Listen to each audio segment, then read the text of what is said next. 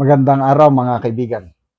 Bigyan natin ng reaction, opinion itong post ng The Servants Channel. The Servants Chronicles pala.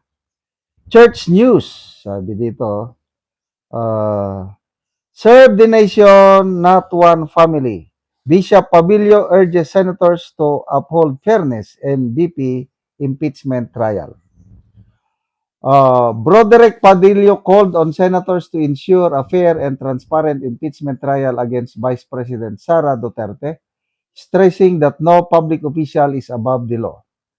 The bishop emphasized that elected leaders must serve the Filipino people rather than political families or personal interests, adding that the impeachment process is an opportunity to uncover the truth and uphold accountability in government.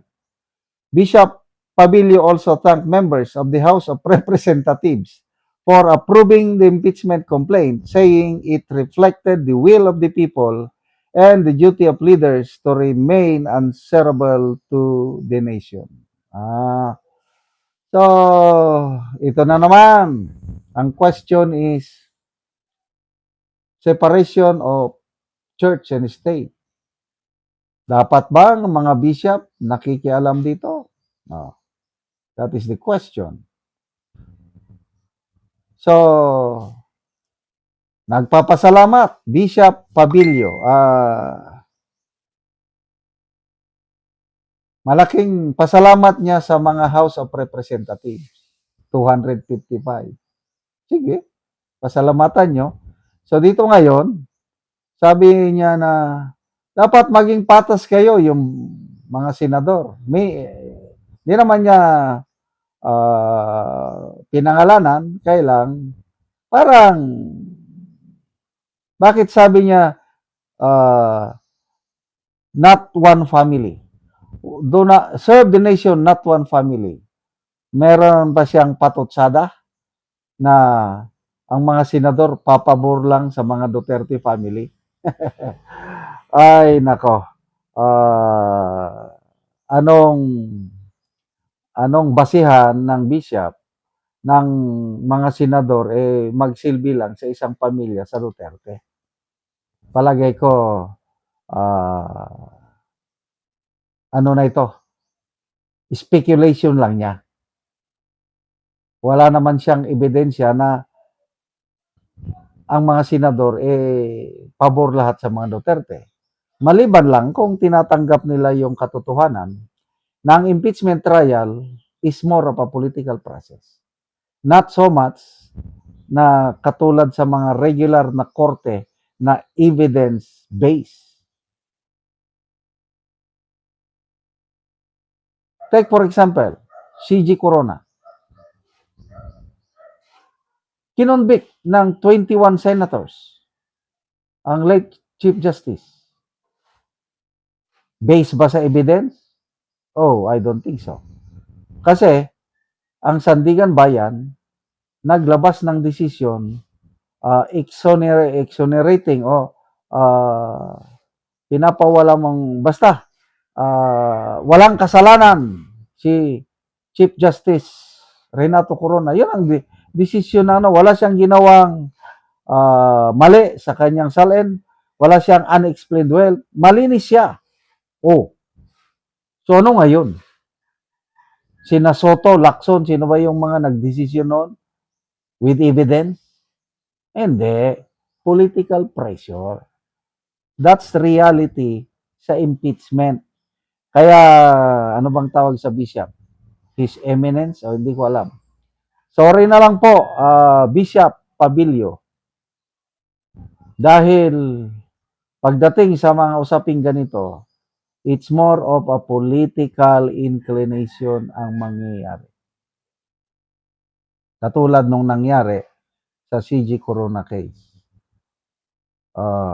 Malala ko tuloy, post ni dating Secretary Manny Piñol, Bishop ng Kidapawan nagsalita, pabor sa impeachment.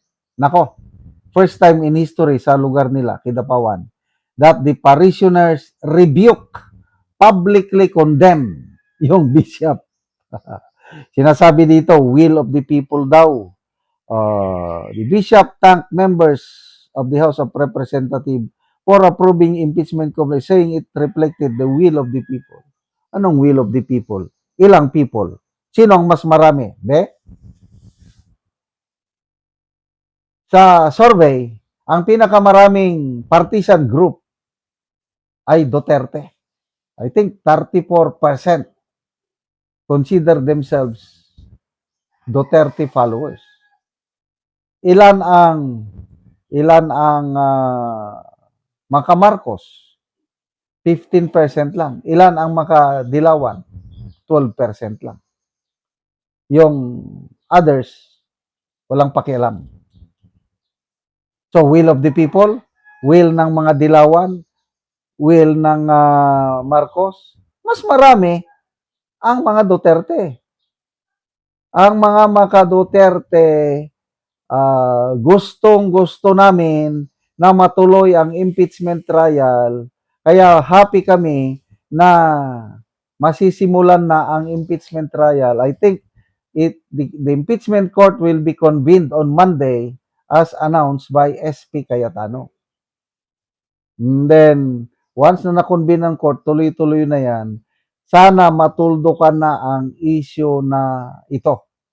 So, mga kasimbahanan, religious leaders, may karapatan ba silang makisawsaw sa political affairs ng bansa?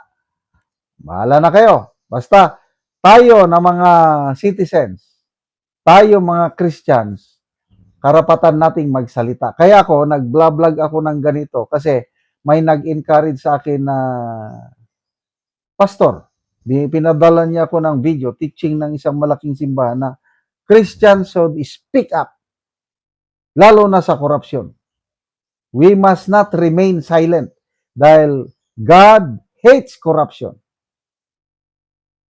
Kaya kung galit siya sa korupsyon, dapat tayo rin, mga Christians, mga tagasunod ng Panginoong Hesus, let's voice out our opposition against itong grabing korupsyon na nangyayari sa bansa natin yan. Kaya ako, personally, nagpapasalamat na nag-change na ng leadership sa Senado. Nandiyan na ang bagong majority at masisimulan o magpapatuloy na ang Blue Ribbon Committee hearings. Yan na. Mabubulgar na ang mga miyembro ng Malita Gang. Salamat mga kaibigan sa inyong pagsubaybay sa channel na ito.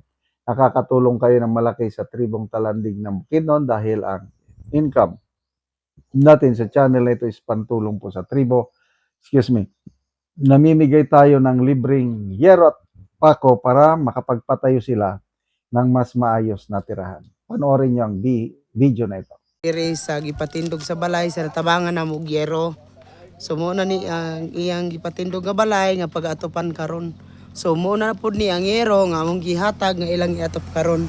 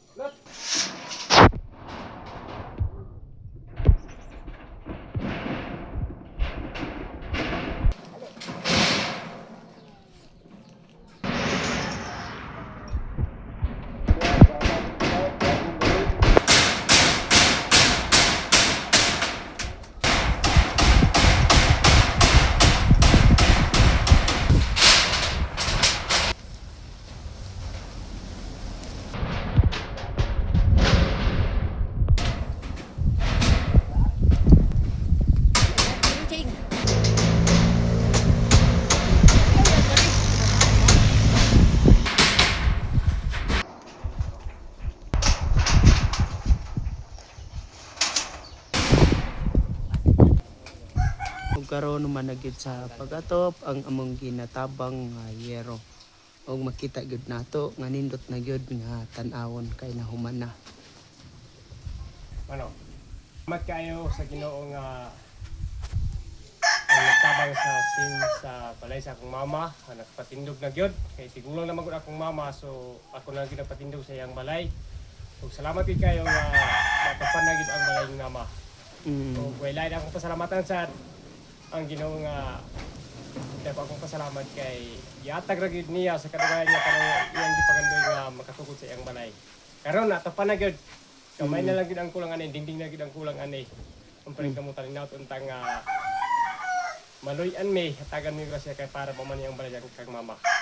Salamat sad nga kini isang iyan nga balay pero dako kong pasalamat gyapon nga suporta ang Ginoo ni.